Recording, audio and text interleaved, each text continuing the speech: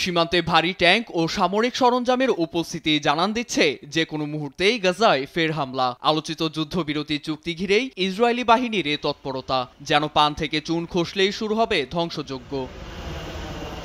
নাটকীয়তার পর শনিবার ষষ্ঠ দফার বন্দি বিনিময় মুক্তি পাচ্ছে সশস্ত্র গোষ্ঠী হামাসের জিম্মায় থাকা ৩ ইসরায়েলি, যেখানে আছে রাশিয়া ও আর্জেন্টিনা বংশোদ্ভূত নাগরিকও। বিপরীতে তেল আবিবের কারাগার থেকে ঘরে ফিরছে ৩৬৯ ফিলিস্তিনি। এই খবরের স্বস্তিতে তেল আবিবের সাধারণেরা জানান নিজেদের অনুভূতি। প্রিয়জনদের কাছে পাচ্ছি, বিষয়টি খুবই আনন্দের। আমার কর্মস্থলের একজনের ভাতিজা জিম্মিদের একজন। আমি চাই এভাবে সব জিম্মি ঘরে ফিরে আসুক।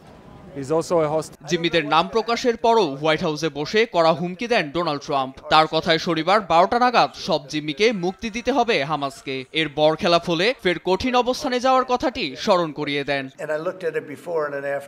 আমি আমার অবস্থানে অটল, তবে পরিস্থিতি নির্ভর করছে নেতানিয়াহুর উপর। হামাস আবার বন্দি বিনিময়ে নজর দিয়েছে। তারা বলেছিল ইসরায়েলিদের মুক্তি দেবে না। তখন আমি শনিবার ১২টা পর্যন্ত সময় বেঁধে দিই। এখন আবারও চুক্তি মানছে হামাস।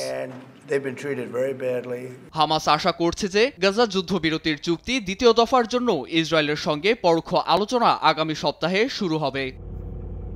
এই পরিস্থিতিতে গাজা পুরোপুরি যুক্তরাষ্ট্র দখল করে নেবে ট্রাম্পের এমন ঘোষণার শিগগিরই বৈঠকে বসছে আরব লীগের ৫ দেশ। আগামী ২০ ফেব্রুয়ারি সৌদি আরবে অনুষ্ঠেয় বৈঠকে থাকছে মিশর, কাতার, জর্ডান ও সংযুক্ত আরব আমিরাত। সম্মেলনের আগে জাতিসংঘে নিযুক্ত কুয়েতের রাষ্ট্রদূত তারেক আল বানাই বলেন, ফিলিস্তিনিদের উচ্ছেদকে অবশ্যই দ্ব্যর্থহীনভাবে প্রত্যাখ্যান করতে হবে বিশ্বকে। নীরব দাস, নিউজ ডেস্ক, দেশ টিভি।